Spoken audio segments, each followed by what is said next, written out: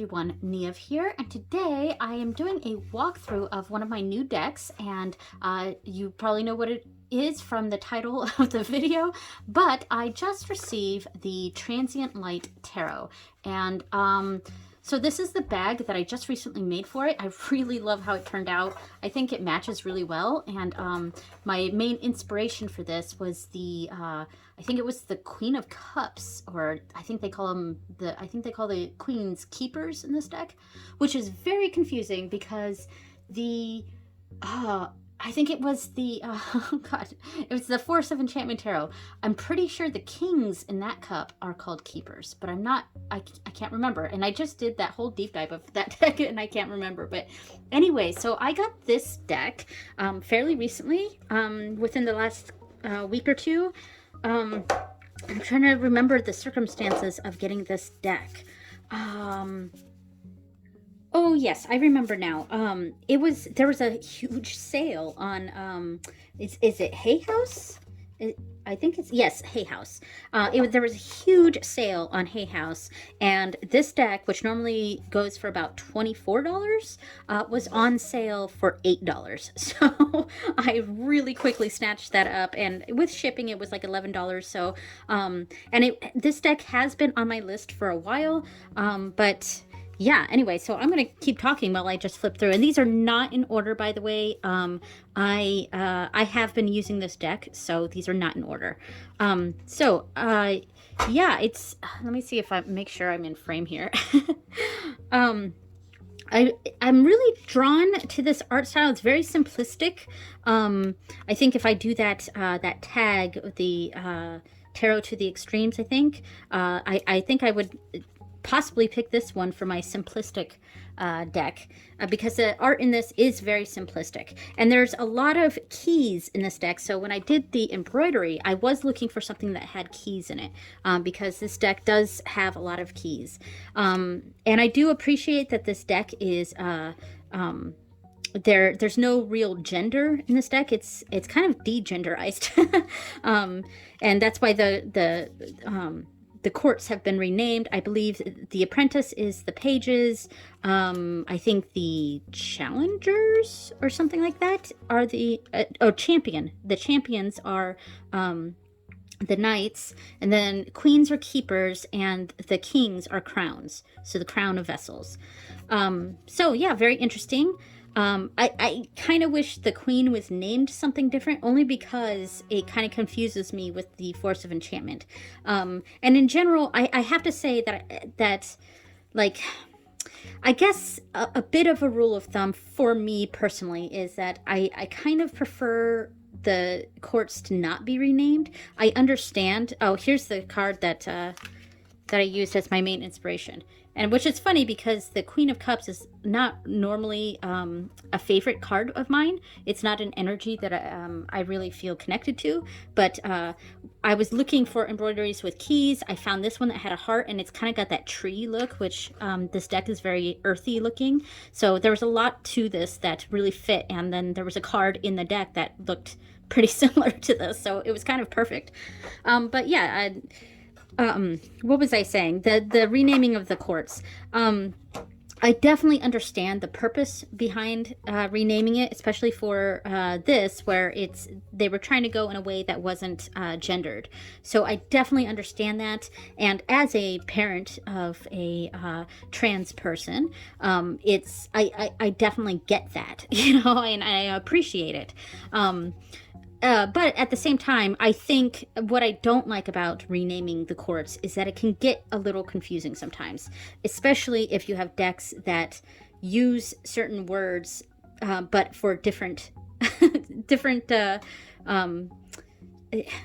not suits, but the different cards, like using keeper for the queens in this deck, but keeper for the kings in the other deck. It can be a little confusing to me sometimes.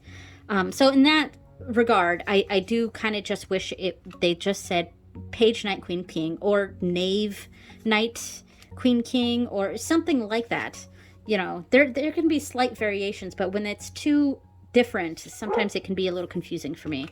Anyway, this deck is really nice. I love how simple it is. Sorry about the dog bark, and she's like right outside my door. And she started barking before I even turned on the video, and I thought she was done once I started, but she's still barking. I think someone's walking by or something. But I really love the simplicity of this deck. I love the color tones. It makes me think of craft paper. And then the only real color in this deck is just a little bit of this kind of army green or a pea green. Yeah, or something like that. It's kind of more of an army green, I think. A little light though, a little lighter on the lighter side, and that's why I went with green for. And the inside here is a green fabric as well. And this was actually the same green that I used for for this deck, which was the one I already. This was the Hush Tarot. I used the green velvet material for the outside of this one, whereas I used the green on the inside of this. And speaking of the Force of Enchantment, I actually use that same green on the outside of that one too, I believe. Anyway, so there is something that feels kind of connected to nature with a deck that is using this like tan color, the craft paper type color, with a little bit of green, and even the black in this it's almost more of this like blue color, because the backs have this blue almost hourglass look, and the black in this, it's darker than this, but it feels like there's a little bit of a blue hue to it. But maybe I'm just seeing things. I'm not sure. But yeah. So it does feel very connected to nature in that way. And that's why I kind of went with something that was a little more nature oriented with the bag. So that tree energy. And for a deck that feels like it was trying to go off the path of being gendered, in a way, this deck feels very masculine to me. And I'm not exactly sure why, because there's definitely very, especially the wand suit is actually quite feminine, because there's or I don't know the right words, but yeah, but yeah, there's aspects of this deck that are quite feminine, but the overall feel of this deck for me is quite masculine. So it's interesting. Especially since I feel like it's supposed to be devoid of gender, or maybe embracing all genders. Maybe that's more what's going on. But yeah, ooh, I like this Keeper of Wands. You know, I actually like all of the Keeper cards in this deck. All of the queens. They all have a key, and they're just all very, very pretty. Yeah, I really like the keepers in this deck. But this deck is very modern, but also has elements of fantasy, I guess. It feels very down to earth, even though there are cards that are a bit more fancy, or you know, we've got a crown here, because I mean it is the crown of coins. So there's elements of it that are indicating maybe a different time period, but it feels very down to earth. It feels like a fantasy world, but a very Earth-like fantasy world, if that makes sense. And I'm not quite sure it does, but yes. So I do. This may be one of my least favorite cards. This Ten of Vessels. I don't know. Like, I get where it's going with this, but I think it's the presence. Something about that doesn't. As far as the look, I get the meaning. The meaning makes sense to me, but the look of it seems a little off. But yeah. And some of the cards are very pippish, like this, but it doesn't really bother me. They're illustrated pips. It still gives the idea of what's going on. This is very pippish, but we understand what's going on here. It still connects to the Nine of Cups, or in this deck, it's the Nine of Vessels.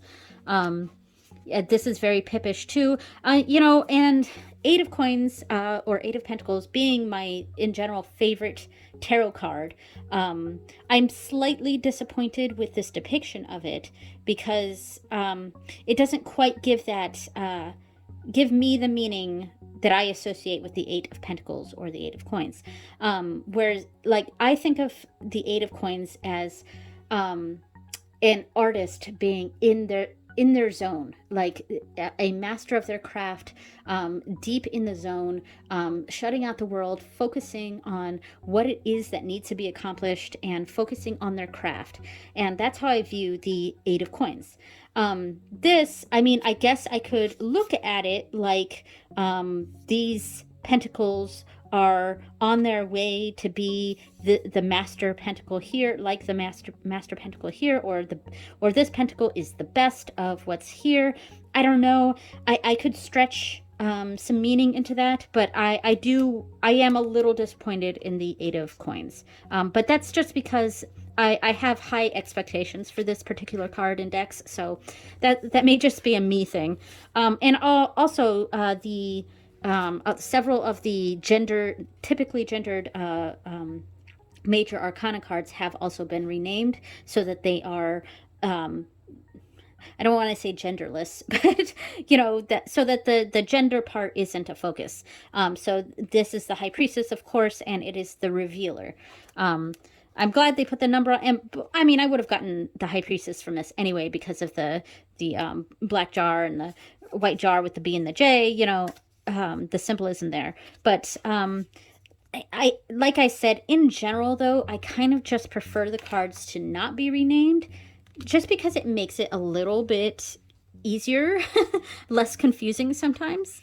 But again, that's just a personal thing. So I'm going to kind of go through these last ones a little faster now because I want to talk about the cardstock a little bit and pull out another deck that I was using with this one when I was using this deck.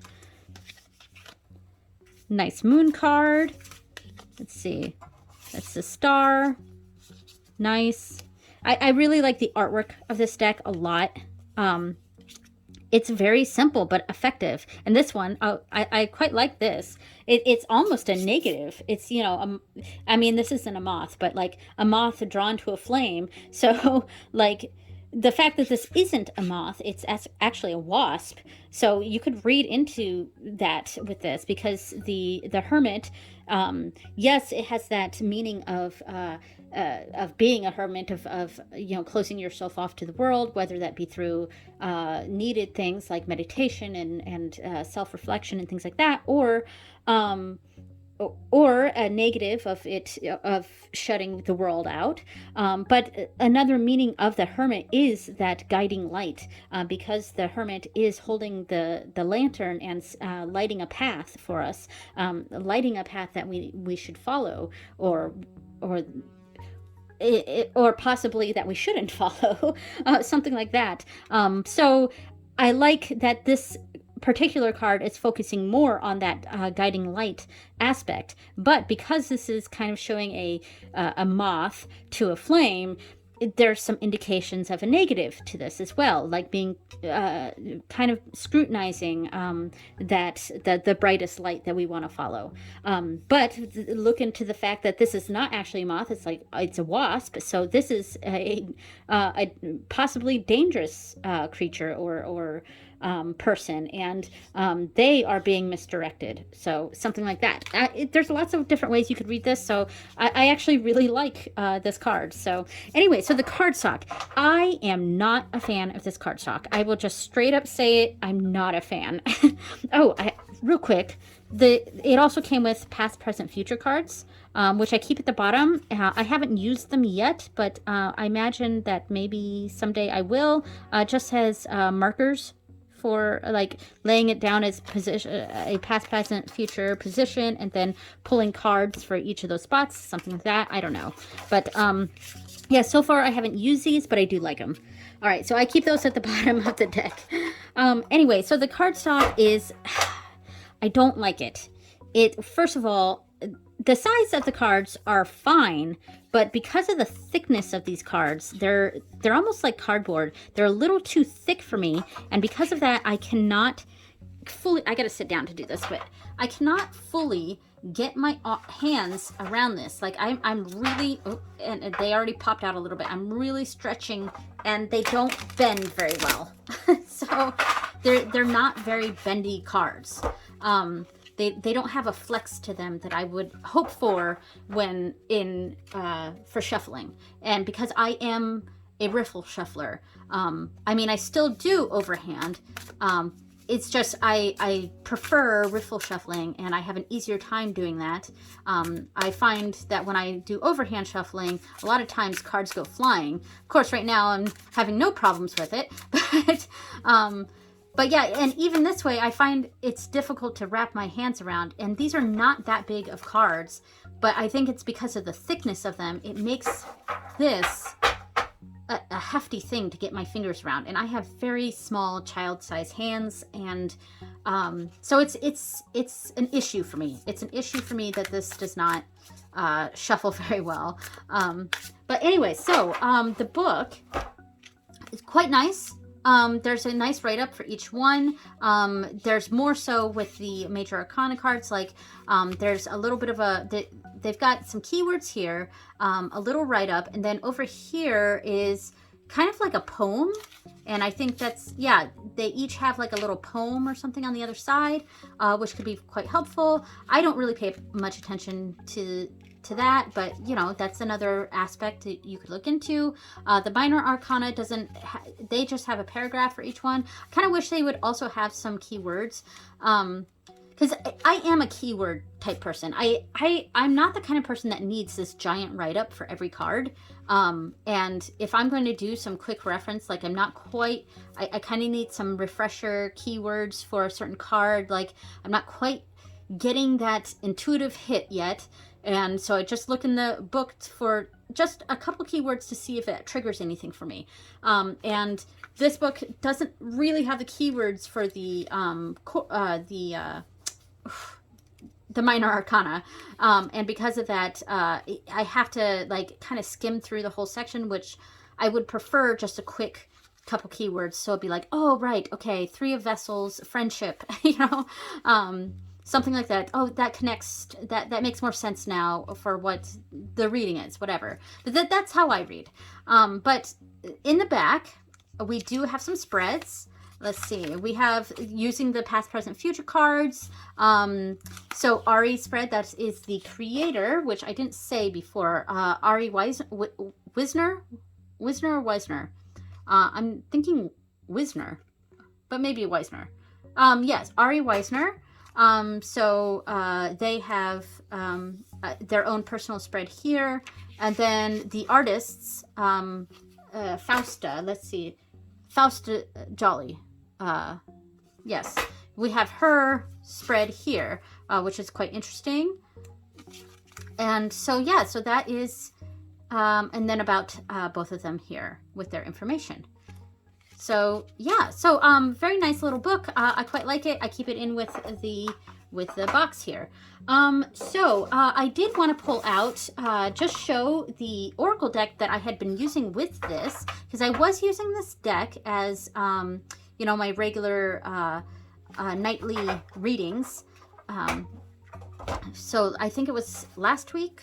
Yeah, last week I used this deck. So let me pull out what I used as the reflection card in the middle, and this is the box that I keep it in. I want to eventually get a bag for this because it's kind of unwieldy to use this box, but it does make the cards smell really nice because it's cedar.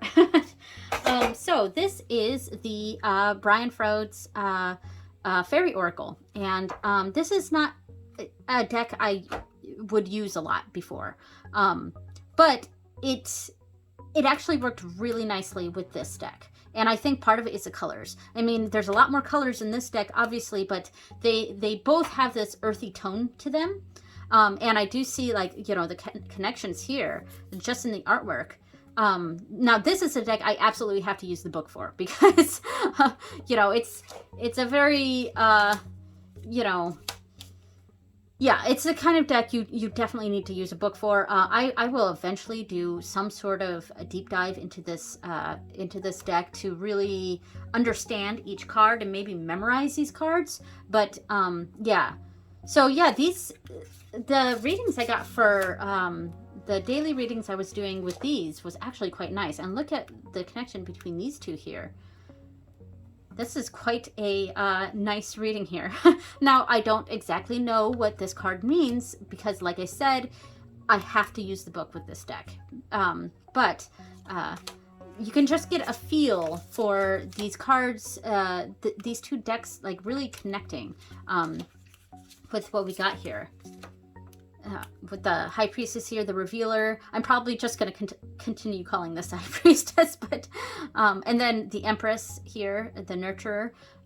Very interesting with having this card in the center. I'm not exactly sure what it means, but we have two very, well, feminine heavy cards, and I know, you know, I'm going against, you know, the purpose of this deck, which was to kind of degender the deck, and I am going right into the gendered part of it, saying, oh, here we've got this man with two feminine cards around it. That's, you know, where my mind immediately went with this. So maybe my mind is already, you know, already has that sort of view of this, but, you know, without knowing what this particular card means, we could be talking about a man who doesn't fit into certain stereotypes, so we could lean into that energy here.